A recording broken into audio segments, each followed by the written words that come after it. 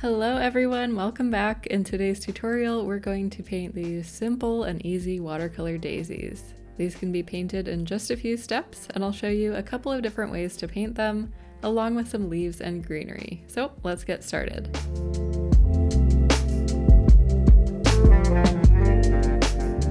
And before we start, just a reminder, all the supplies I'm using in this video are linked down below if you'd like to check them out for yourself.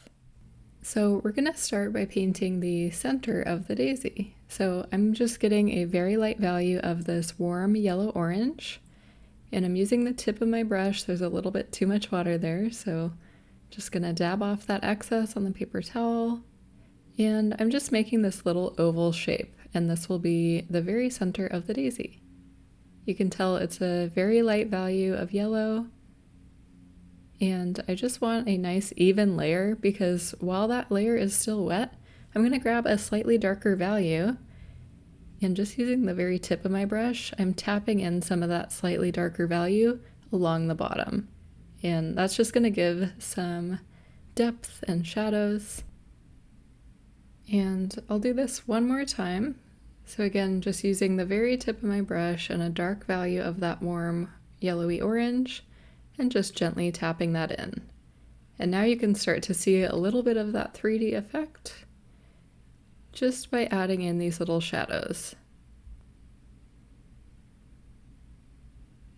So that's what I always like to start with, and we will go back in and add a little bit more detail to the center, but I like to just start with that and then add the petals, and then I'll go back in and add more details to the center once it dries. So for my very light gray petals for this daisy, I'm going to use a bit of Payne's Gray, and I'm just really watering it down. So I'm using just a touch of it because it's a very strong color, and then I'm adding quite a bit of water to get this very light gray color. There are, of course, other ways to get grays, and some of my palettes have pre-mixed grays, which is really nice to use as well. But Payne's Gray is a pretty common color, so that's what I'm going to use for this one.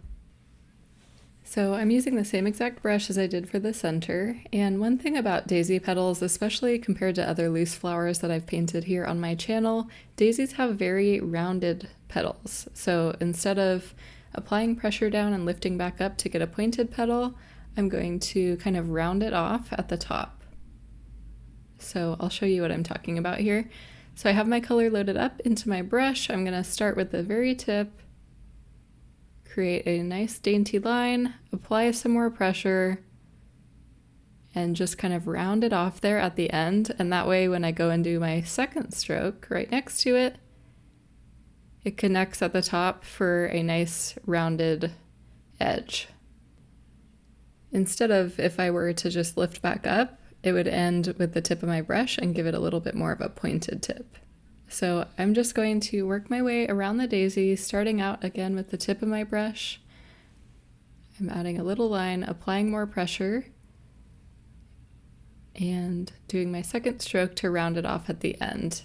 And that one's even a little bit too pointy for my liking, so I just go back in and round it off. And I'll just continue working my way around the stamen, adding in these nice little petals. And since this will be a straight-on top view version, we don't need to worry about making different shapes or different sizes of these petals. They're all going to be pretty much the same. You don't want them, of course, to be identical, but as far as shape and size go, they can be pretty similar.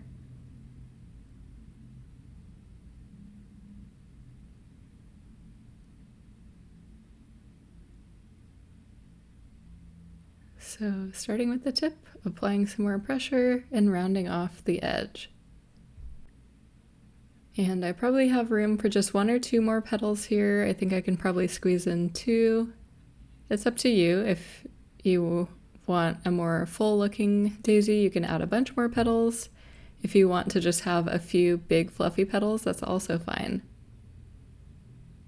But I'm just making sure they have that nice rounded edge. And this will be the base layer for our daisies. So like I said, we'll go back in and add some more texture and some more details, but this is the base layer that we'll use. So now that the center has mostly dried, I'm gonna grab that dark value again. Watercolors always dry lighter, and I'm just going to add back in a little bit of that dark orange. And since the petals are still a little bit wet, you can see a little bit of bleeding happening there.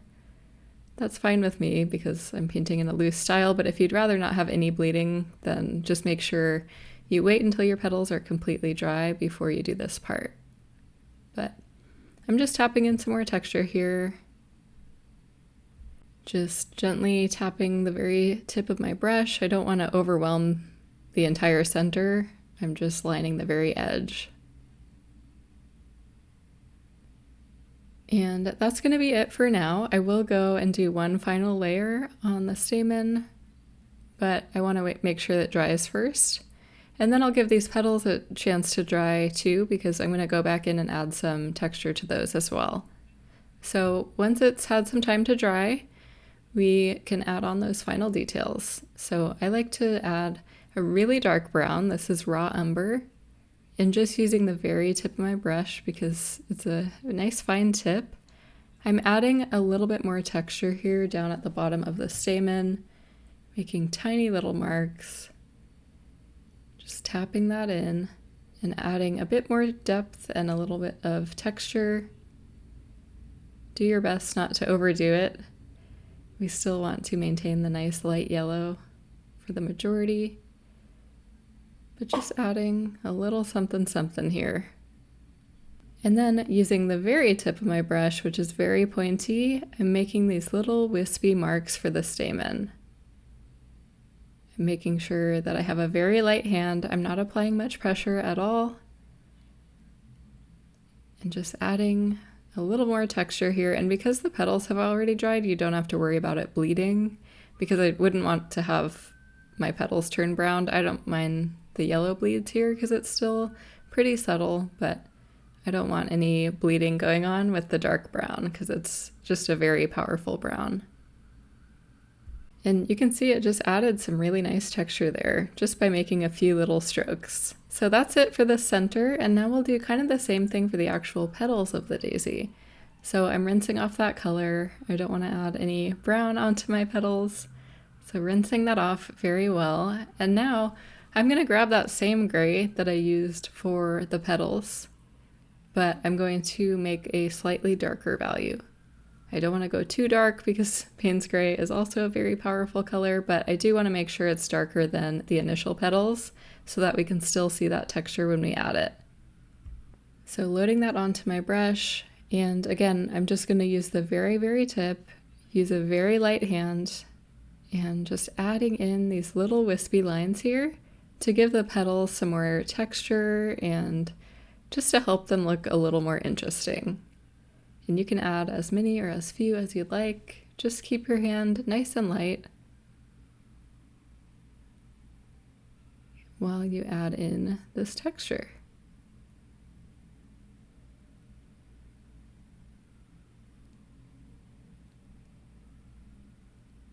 And that one's a little thicker than I would have liked, but that's okay. We'll keep going on, loading up a little more color onto my brush.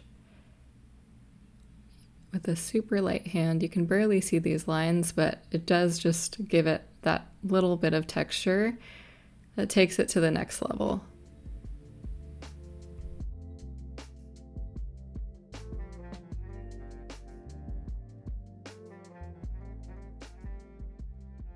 And you do want to make sure that your petals are completely dry before you start doing this, because now we're doing wet on dry, so that allows you to get those nice crisp fine lines. But if the petals were still wet and you tried to do this, the darker gray would just start to bleed into the lighter gray, and you wouldn't get any of this definition that you can get when it's dry.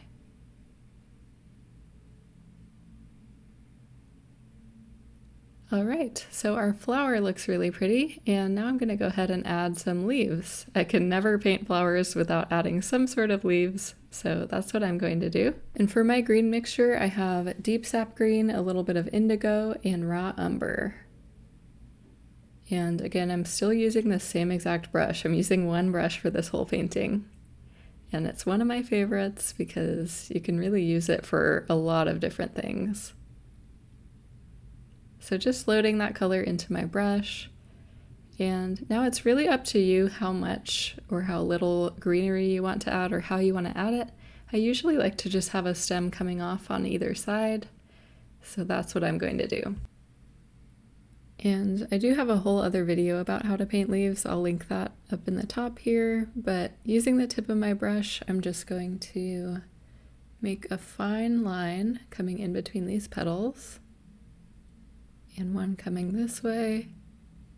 And then I'm just going to apply some pressure down and lift back up. Oops, sorry, that was a little out of frame. Apply pressure and lift back up to create a nice little leaf. And I'm going to work my way down these little stems, just adding some wispy little leaves here and there. I don't want it to look too perfect or too uniform, so I like to just add these little wispy strokes here and there. And again, it's totally up to you. If you want to add more leaves, you can add more. If you want to just focus on the flower, you can just have the flower. Feel free to really make it your own. So that's looking good for this side, or maybe I'll just add one more little leaf here. And now I'm going to have one coming out of the top here too. So we'll do the same thing, starting just using the tip of my brush, adding a little bit of movement. And I'll just start placing in some dainty little leaves.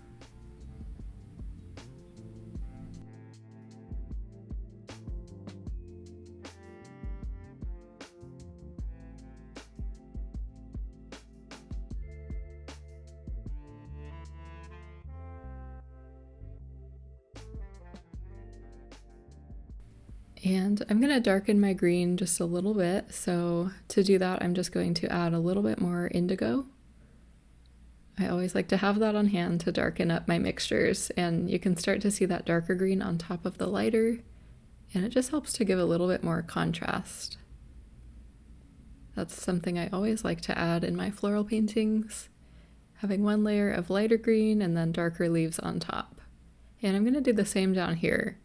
I really like how the top section looks with the light and dark green. The bottom area is a little bit flat because I used the same value for all of the leaves. So I'm just going to go back in and darken some of that up.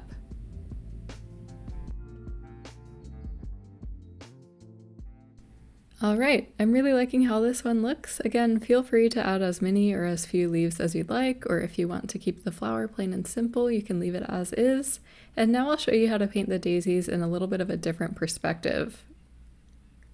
So it'll be the same process, so we'll get a lot of good practice with basically how we did this one, but it's just going to be the petal shapes that will be a little bit different. So I'm going to rinse off my brush. I have a lot of that deep green mixture. So if you're also using just one brush like I am, make sure to rinse that all off because you want to have a nice light yellow for the stamen again. So I don't have a whole lot of room on this paper, but I'm just going to go ahead and paint in a little stamen right here. And I'm going to do the same steps, but that yellow is a little darker than I'd like, so I'm just going to lift some of that color off the page. And you can see that's a really easy way, just using a clean dry brush to soften the color a little bit if you start out too heavy, and that technique is called lifting. So stamen will look pretty much the same as the other one. I'm going to go back in and tap in a little more color just on the base to give it some depth. And same as last time, just using the very, very tip of my brush to gently tap in some of that darker, warm orange.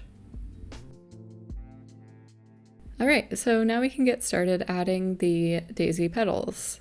So now this one was a straight-on perspective. Now we're painting a side perspective with some little droopy petals coming down. So it's a little hard to explain, but in order to do that, we're going to have really short little petals here in the back, because if you think perspective-wise, those ones are just kind of falling off or drooping down the other side. It'll make more sense once we start painting, but we're gonna have some droopy petals coming down. That's what you'll be looking at. Think of like if you're holding the stem of a daisy, you wouldn't be able to see those back petals, maybe just the very start of them, but the rest will be trailing down the other side. So just keep that in mind as you start painting, but it'll make more sense as we go. And I'm gonna start with these lower petals because it'll be the same technique as we did for the first daisy. I have the light gray in my brush, and I'm just going to do the same thing, using 2 strokes to create nice little drooping petals. And I'll do another one right next to it. This will be a similar size and shape, just like that. But then as I work my way up the side, they're going to get a little bit shorter because they're further away and they're starting to approach the back side. So I'm just going to make this one slightly shorter. Same with on the left side, starting just with the tip of my brush to get those little dainty connecting strokes, and then adding in the petal. So far it's pretty similar to what we did in the first example, but now it's going to start getting pretty drastically shorter. So I'll start with one right here, using the tip, applying more pressure down, and just it's about half the size of the other petals. And we'll do the same thing over here, starting to get progressively shorter, keeping my strokes short. And then for these back petals, you're barely even going to see them. So I'm just going to place down a little bit of color here. It's not even a full petal shape, but you're only seeing a little part of that petal that is then drooping over the backside. And I'll do the same here. I'll do one small little petal here. And there's too much water there, you can see it pooling up, so I'm just going to dry off my brush and let my bristles soak up some of that excess. And I'm just barely making little marks here. It's not full petals, it's just the indication that there is a petal there, but it's going down the backside and we can't see that. So you can see a little bit of perspective here starting to form just by changing the shape and the size of the petals. So the center still looks pretty similar, the front petals still look pretty similar, same techniques, but instead of creating those same uniform petals all the way around, we're just creating an indication that we know there are petals there, but you can't see the whole thing. So while that dries, we'll do the next step, which is adding some of that dark brown texture to the stamen. So I'm going to load up the raw umber again and start tapping in a little bit of that down at the very base of the stamen.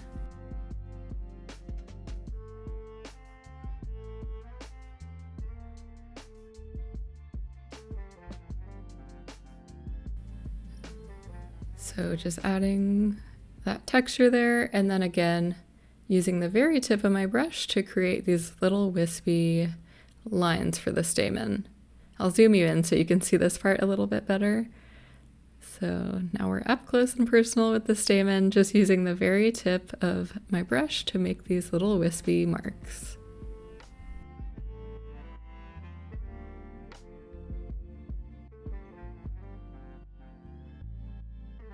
So now we added the texture to the stamen, and we can go ahead and add the texture lines to the petals. And again, you want to make sure these are completely dry so you don't get any bleeding happening. Mine feels nice and dry. And again, you're just going to take a slightly darker value of that same gray and use the very tip of your brush to make these dainty little texture lines. And you don't want it to be too overpowering. You just want to add a little bit of interest to the petals so they're not too flat. And again, this is a loose style painting, so we don't want to get too bogged down with details, but I do like adding just a touch of texture here. And that's also why I love this brush. This is a Princeton round brush, and that's because It maintains its shape really well, so you can still get these really fine lines because the tip remains really pointy. Even after years of use, it's held up really well, but also when you apply pressure down, you can still get these nice fluffy petals and you can still paint in a loose style. So it's very versatile because you can do loose style, but you can also do accurate illustrative lines as well. But anyways, just adding the final touches to these little back petals, adding a couple of fine lines. All right, so we have our droopy little daisy here. It looks very cute. And now I'm going to add a little stem. So I just penciled it in here because I want a little bit of the stem to peek through those petals, and then the rest will be kind of curving downwards. So I'll be using that same exact green mixture that I did earlier, same brush, and I'm just going to add a little bit of the stem showing through between the petals, and then the rest is coming down at a curve. And so we have our nice little stem, and now we can add more leaves if you'd like. And again, this is all optional. You can express your creative freedom here. I like adding leaves, of course. I add leaves to everything. But if you don't want to do that, that's totally fine.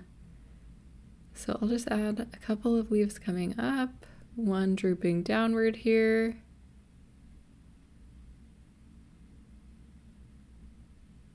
Adding a couple of these wispy lines that I always add to my greenery. I need a little bit more pigment on my brush. And adding in the final leaf here. So that is it for today. I hope you enjoyed painting these sweet little daisies. They are one of my favorite flowers to paint, and they're not too difficult. If you enjoyed this tutorial, please consider subscribing to my channel and giving this video a thumbs up. I also have several watercolor classes available online through Skillshare and on my website if you'd like to learn more. And I'll have those linked below as well. Thanks again, and I'll look forward to seeing you in my next video.